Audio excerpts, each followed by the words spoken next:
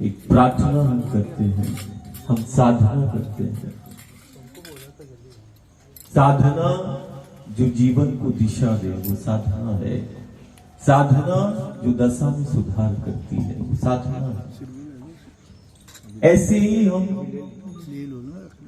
उस साधना में हम बैठे हुए हैं। तो साधना की पहली प्राथमिकता है कि चित्त को बड़ा शांत करना है। चित्त शांत हो।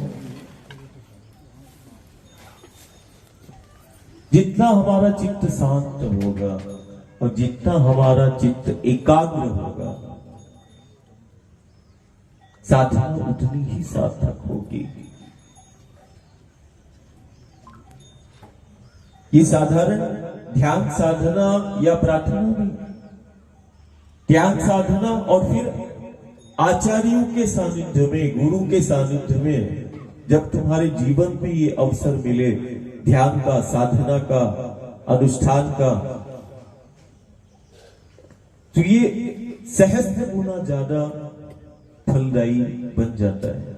फिर उसमें तिथि का प्रवेश हो जाए। देवशयनी 11 से, देवशयनी 11 से, और हम महारुद्र के लिए बैठे हैं। साधना जो जीवन को दिशा देती है, साधना जो हर एक दशा का सुधार कर देती है। मानसिक पूजन भी होता है, और हम जिस शक्ति की साधना कर रहे हैं, शिव का मानसिक पूजन भी बताया गया, सबसे श्रेष्ठ रहता है। शास्त्र कहता है कि मानस पुष्पों से शिव की उपासना श्रेष्ठ बताई गई। मानस पुष्पों, हमारी प्रार्थना है कि अपने चित्त के उस सरोवर में उन मानस पुष्पों का, जो शास्त्र कहता है कि मानस पुष्पों से शिव उपासना साधना। ये मानस पुष्प क्या है? शास्त्र कहता है कि सत्य, अहिंसा, दया, क्षमा। कितना हो गया? 4। सत्य, अहिंसा, दया, क्षमा, तप, ध्यान और ज्ञान, ये मानस पुष्प है। जान सके तो जान।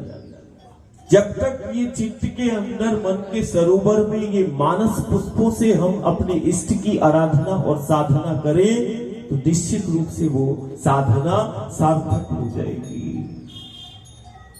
और मैं बार बार बोल रहा हूं कि जब आचार्यों का सानिध्य हो, गुरु का सानिध्य हो, और कोई देव स्थल हो, और मां के द्वार पर तो प्रत्येक गांव और नगर वो तीर्थ है। ये हमारा नगर नहीं, ये तीर्थ है। हम तीर्थ में हम साधना आराधना करते हैं। तीर्थ में हमारे हर एक कर्म हो रहे हैं। कारण जो नर्मदा मैया के तट और पथ पर जो गांव और नगर हैं, वो दुनिया के सबसे असाधारण तीर्थ है। ये तीर्थ नगरी में है, और एक ऐसे तीर्थ पर हमारा गांव और नगर है कि जगत विख्यात है, जहां चलना साधना कहलाती है। जहां चलना साधना कहलाती है, और यदि जाने अनजाने में बैठ गए तो उपासना हो जाती है।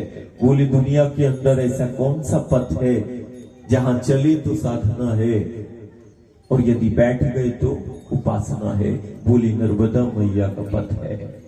चले तो साधना है। देखो, लाखों भक्त प्रेमी, साधु हो, संत हो, आचार्य हो, नर्मदा मैया के इसी पथ पर, जिस पथ पर हमारे गांव और नगर हैं, इसी पथ कि वो पथिक बनते हैं और चलते हैं, जहां चलना साधना कहलाती है। और जाने अनजाने में भी कोई बैठ गया, जैसे नाम स्मरण कोई मन से करे या बेमन से करे, यदि नाम स्मरण कोई कर रहा है, हरि का नाम ले रहा है, राम का नाम ले रहा है, तो उसको लाभ नहीं, निश्चित लाभ होगा, वो मन से करे या बेमन से करे। ऐसे ही जो नर्मदा के पथ पर वो मात्र बैठ जाए या वो 2 कदम चल जाए तो वो चलना साधना कहलाती है, और बैठना उपासना हो जाती है। एक ऐसी सहज साधना और उपासना के इस पथ पर हमारा ये नगर है, जिस पर हम अपना जीवन यापन भी करते हैं। और आज इस 11 में उस महारुद्र का हम ध्यान साधना उस शिव की करते हैं जो शिव तत्व है, शिव सत्य है, शिव तत्व का जीव जगत और ब्रह्मांड का जिस तत्व से अस्तित्व है वो शिव है। और उसी शिव को, और जब शिवलिंग हो तो ये समूचे जीव जगत ब्रह्मांड का एक प्रतिनिधित्व, जैसे कहते हैं ना कि ये पूरा जीव जगत ब्रह्मांड की उत्पत्ति, संचालन, नियंत्रण, निर्माण सब इसी शिव तत्व से है। और आज वो अवसर वो माई ने दिया, एकाग्रता के साथ एक एक अक्षर, एक एक शब्द जो श्रेष्ठ आचार्यों के द्वारा कहते, नर्मदा के तट और पथ की वो कंकर भी शंकर कहलाते हैं।